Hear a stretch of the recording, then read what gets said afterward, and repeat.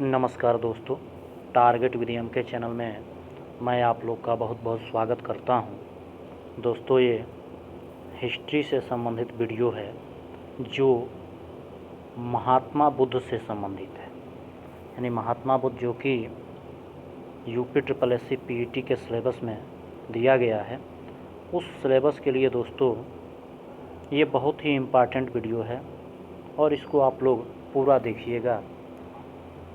दोस्तों, इसमें हम गौतम बुद्ध से संबंधित जो भी इम्पॉर्टेंट टॉपिक होंगे उनकी हम चर्चा करेंगे। दोस्तों, इसके पहले हम अनेकों वीडियो दे चुके हैं और उसकी एक प्लेलिस्ट चैनल पे बना दिए हैं यूपी SSSC PET के नाम से। उस प्लेलिस्ट के सभी वीडियो, मैथ भी पढ़ाया जा रहा है, साइंस भी, हिस्ट्री भी और हिंदी भी शुरू हो जाएगा, रीजनिंग भी चल रहा है।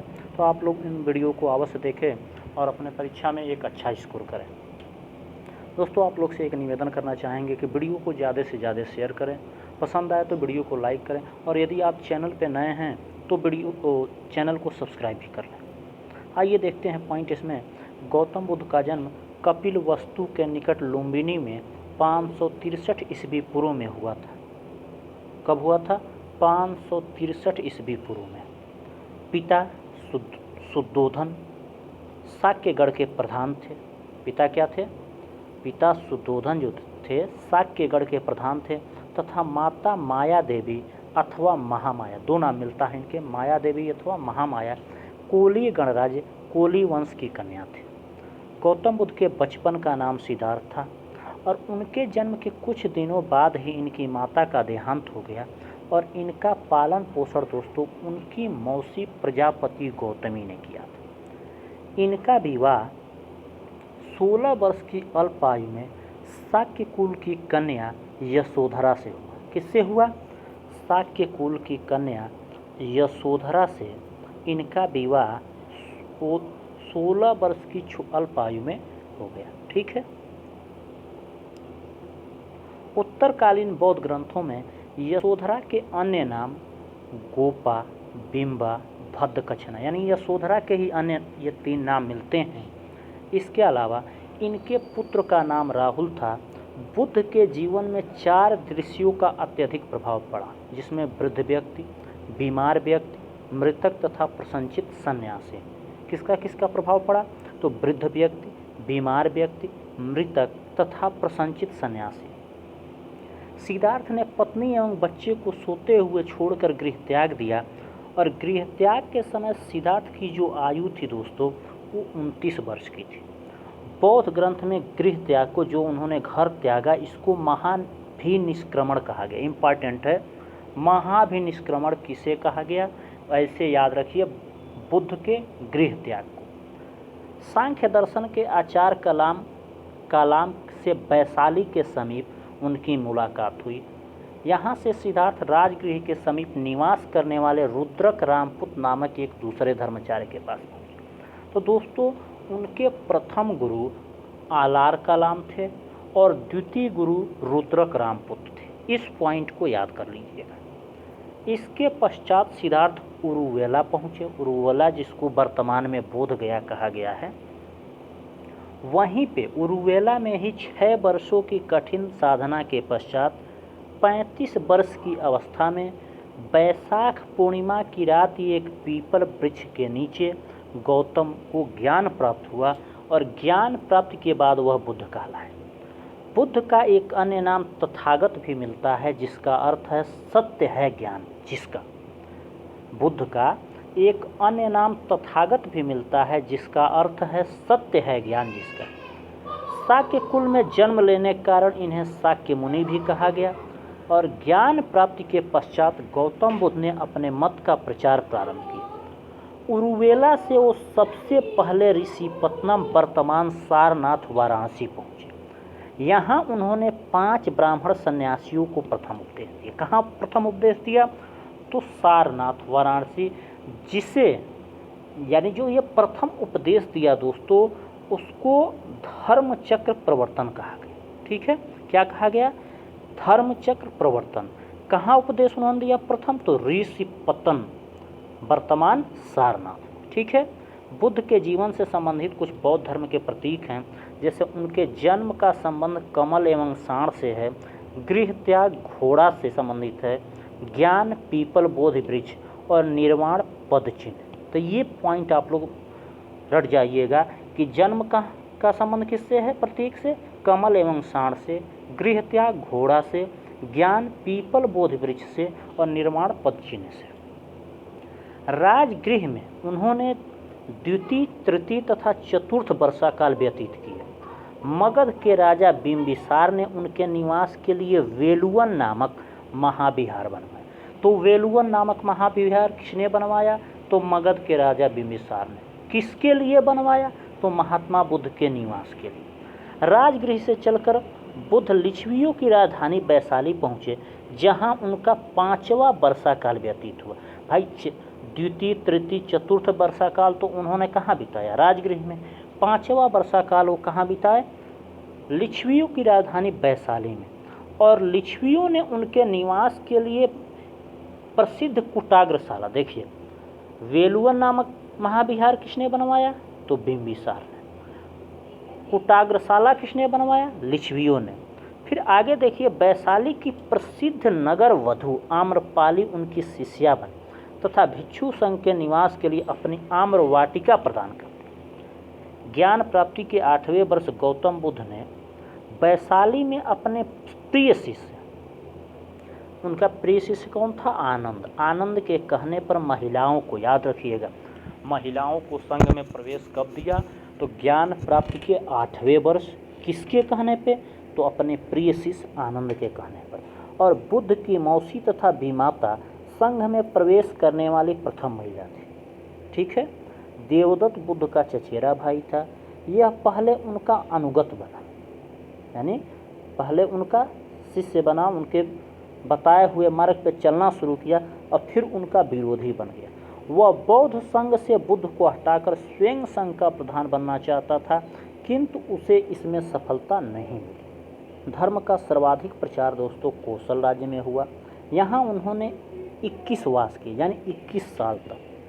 कौशल राज्य के अनाथ पिंडक नामक धनी व्यापारी ने उनकी शिष्यता ग्रहण की तथा संघ के लिए जेतवन विहार बनवाया। कौन सा विहार बनवाया, जेतवन विहार। कहाँ पे, कौशल राज्य के अनाथ पिंडक नामक धनी व्यापारी। भरहुत से प्राप्त एक शिल्प के ऊपर इस दान का उल्लेख है, यानी भरहुत स्तूप जो है, भरहुत से प्राप्त एक शिल्प के ऊपर इस दान का उल्लेख है। इसमें जेतवन अनाथ पेंडिको देति कोटि समथ तेन केता लेख उत्कीर्ण मिलता है। कौशल नरेश प्रसेन जितने भी अपने परिवार के साथ बुद्ध की शिष्यता ग्रहण की तथा संघ के लिए पूबाराम यानी पूर्वाराम नामक विहार बनवाया। बुद्ध ने अपने जीवन की अंतिम वर्षा ऋतु वैशाली में बिताया। मोस्ट इम्पॉर्टेंट, बुद्ध ने अपने जीवन की अंतिम वर्षा ऋतु वैशाली में बिताई। अपने मत का प्रचार करते हुए वे मल्लों की राजधानी पावा पहुँचे, जहाँ वे चुंद नामक लुहार की आम्र वाटिका में ठहरे।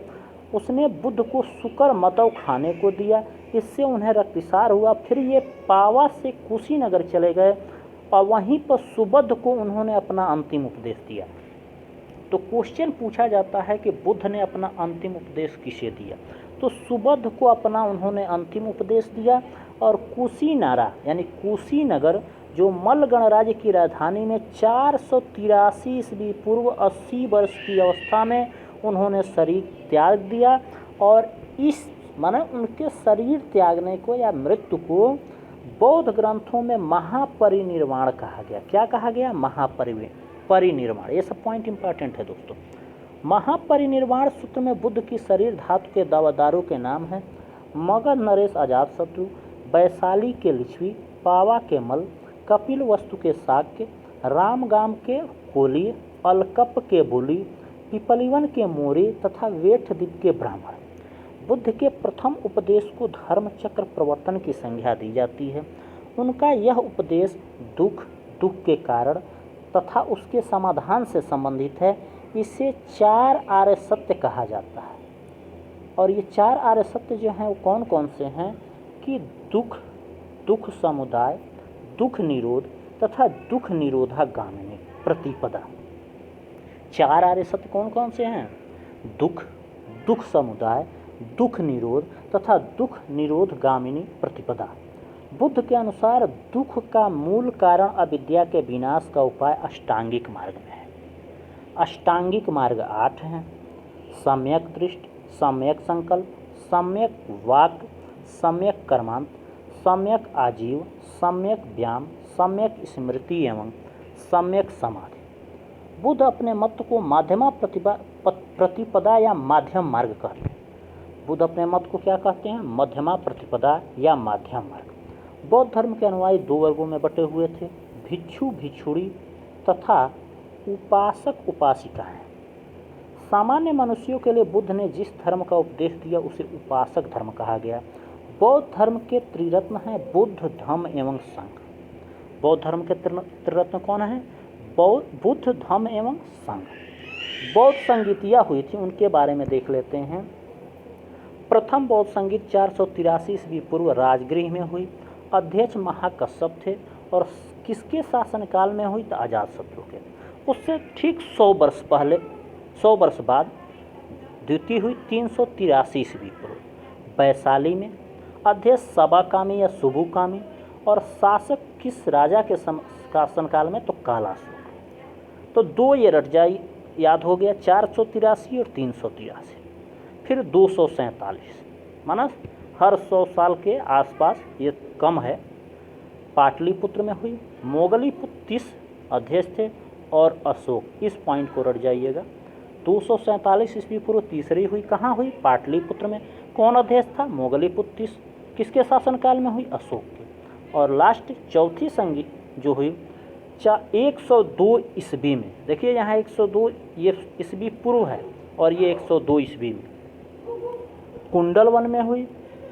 कश्मीर में कौन अध्यक्ष था? वसुमित्र। अश्वघोष उपाध्यक्ष थे। राजा कौन था? कनिष्क के शासनकाल। ठीक है, तो ये चारों बौद्ध संगीतियाँ हो गई।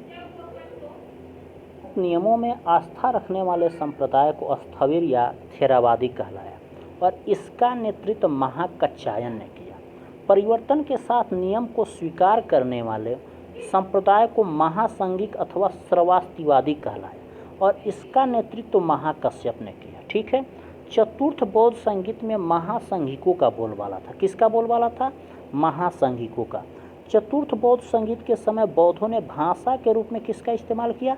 संस्कृत को अपनाया। इस संगीत के समय बौद्ध धर्म स्पष्ट रूप से 2 संप्रदायों, कौन कौन से संप्रदाय? हीन और महायान नामक 2 संप्रदायों में विभाजित हो गया। वैभाषिक मत की उत्पत्ति मुख्य रूप से कश्मीर में हुई। वैभाषिक मत के प्रमुख आचार्य धर्मत्रात, घोषक, बुद्धदेव और वसुमित्र आदि थे। स्वतांत्रिक संप्रदाय सूत्र पिटक पर आधारित है और शून्यवाद माध्यमिक के प्रवर्तक नागार्जुन थे। बहुत इंपॉर्टेंट ये वाली पॉइंट। शून्यवाद माध्यमिक के प्रवर्तक जो थे नागार्जुन थे और इनकी प्रसिद्ध रचना दोस्तों माध्यमिक कारिका थी। ठीक है, इस पॉइंट को नोट करके रट जाइएगा। नागार्जुन के अतिरिक्त इस मत के अन्य विद्वान चंद्रकीर्ति, शांतिदेव, शांतिरक्षित, आर्यदेव आदि हैं। नागार्जुन की तुलना किससे की जाती है? मार्टिन लूथर से। किससे की जाती है? मार्टिन लूथर से। और हेनसांग ने उसे संसार की 4 मार्गदर्शक शक्तियों में एक कहा। नागार्जुन को हेनसांग ने उसे संसार की 4 मार्गदर्शक शक्तियों में से एक कहा था। और नागार्जुन को भारत का आइंस्टीन भी कहा जाता है। नागार्जुन को क्या कहा जाता है? भारत का आइंस्टीन भी कहा जाता है। चीनी मान्यता के अनुसार नागार्जुन ने चीन की यात्रा कर वहाँ बौद्ध शिक्षा प्रदान की थी। ठीक है। विज्ञानवाद अथवा योगाचार संप्रदाय की स्थापना मैत्रेय या मैत्रेयनाथ ने किया था। असंग तथा वसुबंध ने इसका विकास किया, यानी विज्ञानवाद का विकास असंग तथा वसुबंध ने किया। वज्रयान का सर्वाधिक विकास 8वीं शताब्दी में हुआ। इसके सिद्धांत मंजूश्री, मूलकल्प तथा गुहा समाज नामक ग्रंथों में मिलते हैं। इसने भारत में बौद्ध धर्म के पतन का मार्ग प्रशस्त किया, यानी ये जो वज्रयान था इसने भारत में बौद्ध धर्म के पतन का मार्ग प्रशस्त किया। बौद्ध धर्म में बौद्ध दर्शन में क्षणिकवाद को स्वीकार किया गया है। बुद्ध ने स्वयं अनित्यवाद के सिद्धांत का प्रतिपादन किया था। किसका प्रतिपादन किया था? अनित्यवाद के सिद्धांत। मैत्रेय को बौद्ध परंपरा में भावी बुद्ध कहा गया है। अवलोकितेश्वर प्रधान बोधिसत्व है। इन्हें पदम पड़ी हाथ में कमल लिए हुए भी कहते हैं। इनका प्रधान गुण दया है। मंजूश्री के एक हाथ में खड़ग तथा दूसरे हाथ में पुस्तक रहती है। इसका मुख्य कार्य बुद्धि को प्रखर करना है। बौद्ध साहित्य को त्रिपिटक कहा जाता है। बौद्ध साहित्य को क्या कहा जाता है? त्रिपिटक कहा जाता है। और यह पाली भाषा में रचित है। किस भाषा में? पाली भाषा में। बुद्ध के महानिर्वाण के पश्चात उनकी शिक्षाओं को संकलित कर 3 भागों में इन्हीं को त्रिपिटक कहा गया है। ठीक है, उसमें विनय पिटक, सुत्त पिटक, अभिधम पिटक। ठीक है, विनय पिटक जो है संघ संबंधी नियम तथा दैनिक जीवन संबंधी आचार विचार, विधि निषेध आदि का संग्रह है। सुत्त पिटक में बौद्ध धर्म के सिद्धांत तथा उपदेशों का संग्रह है।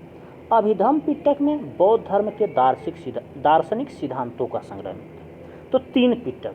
विनय पिटक में क्या है? संघ संबंधी नियम तथा दैनिक जीवन संबंधी आचार विचार, विधि निषेधों आदि का संग्रह है। सुत्त पिटक में बौद्ध धर्म के सिद्धांत तथा उपदेशों का संग्रह है। अभिधम पिटक में बौद्ध धर्म के दार्शनिक सिद्धांतों का संग्रह मिलता है। त्रिपिटकों के भाष्य के रूप में लिखी गई हैं। सुत्त पिटक की अट्ठकथा तथा महाअट्टक तथा विनय पिटक की अट्ठकथा कुरुंदी। अभिधम पिटक की अट्ठकथा मूल रूप से सिंहली भाषा में। अभिधम पिटक की अट्ठकथा मूल रूप से सिंहली भाषा में यहाँ पचरी है। बौद्धों का वह धर्म ग्रंथ जिसमें गौतम बुद्ध की क्या पूर्व जन्म की कथाएं संकलित है, क्या कहा जाता है? जातक। इस पॉइंट को याद कर लीजिएगा कि गौतम बुद्ध के पूर्ववर्ती जन्म की कथाएं संकलित हैं। किस में संकलित हैं? जातक में। और जातक किस भाषा में है? पाली भाषा में। इसके अलावा कुछ ग्रंथ हैं जैसे मिलिंद पिन्हो। तो मिलिंद पिन्हो के रचनाकार नागसेन थे। बुद्ध चरित्र सौंदरानंद सरिपुत्र प्रकरण के अशोक घोष थे। माध्यमिक करिका के नागार्जुन थे। विशुद्धि मत के बुद्ध घोष थे। और अभिधम कोश के वसु बंधु थे। ठीक है, बुद्ध की भूमि स्पर्श मुद्रा से तात्पर्य अपने तप की सूचिता और निरंतरता को बनाए रखने से है। भूमि स्पर्श मुद्रा की सारनाथ की बुद्ध मूर्ति गुप्त काल से संबंधित, यानी सारनाथ की जो भूमि स्पर्श मुद्रा से संबंधित बुद्ध की मूर्ति है वो गुप्त काल में बनाया गया था। प्राचीन काल में बौद्ध शिक्षा के 3 प्रमुख केंद्र थे, नालंदा, वल्लभी और विक्रमशिला। नालंदा महायान बौद्ध धर्म की तथा वल्लभी हीनयान बौद्ध धर्म की शिक्षा का प्रारंभिक केंद्र था। ये पॉइंट आप लोग रट जाइएगा। नालंदा महायान बौद्ध धर्म की तथा वल्लभी हीनयान बौद्ध धर्म की शिक्षा का प्रमुख केंद्र था। विक्रमशिला महाविहार की स्थापना, इंपॉर्टेंट पॉइंट है, विक्रमशिला महाविहार की स्थापना पाल नरेश धर्मपाल ने की थी। उसने यहाँ मंदिर तथा मठ भी बनवाए। 5वीं शताब्दी के मध्य गुप्तों के समय में नालंदा विश्वविद्यालय अस्तित्व में आया। किसके समय में अस्तित्व में आया? 5वीं शताब्दी के मध्य में गुप्तों के समय में नालंदा विश्वविद्यालय अस्तित्व में आया। सर्वप्रथम कुमार गुप्त फर्स्ट ने नालंदा बौद्ध विहार को दान दिया और बाद में बुद्ध गुप्त, तथागत गुप्त तथा बालादित्य नामक गुप्त शासकों ने भी इसे विहार को दान दिया। नौ नालंदा महाविहार बौद्ध अध्ययन का आधुनिक केंद्र है, जिसे बिहार सरकार ने वर्ष 1951 में नालंदा में स्थापित किया था। तो दोस्तों, नालंदा विश्वविद्यालय पूछा जाता है कि किसके समय में स्थापित हुआ? तो गुप्तों के समय में। किस शताब्दी में? तो 5वीं शताब्दी के आसपास। उस समय कौन शासक था? तो कुमारगुप्त फर्स्ट शासक था। ठीक है, तो इस तरह से दोस्तों बौद्ध धर्म से संबंधित जो भी इम्पॉर्टेंट फैक्ट थे उसको हमने बताया। इसमें जो भी हमने महत्वपूर्ण तथ्य बताए दोस्तों, मुख्य रूप से जो मेन पॉइंट है उसको तो रट ही जाइए, क्योंकि एग्जाम में यही सब पॉइंट आते हैं। आपको नहीं आएगा तो आप कैसे करेंगे? तब कहेंगे कि हम पढ़े नहीं थे। तो पढ़िए, इसको 2-3 बार वीडियो को देखिए और जो मेन पॉइंट है उसको नोट कर लीजिए और उसको रट जाइए। और दोस्तों एक चीज़ निवेदन करना चाहेंगे कि इस वीडियो को ज़्यादा से ज़्यादा शेयर कीजिए, ठीक है? और वीडियो पसंद आए तो उसको लाइक भी कीजिए। और यदि आप चैनल पे नए हैं तो चैनल को सब्सक्राइब करिए। मिलते हैं दोस्तों नेक्स्ट वीडियो में, तब तक के लिए नमस्कार, जय हिंद दोस्तों।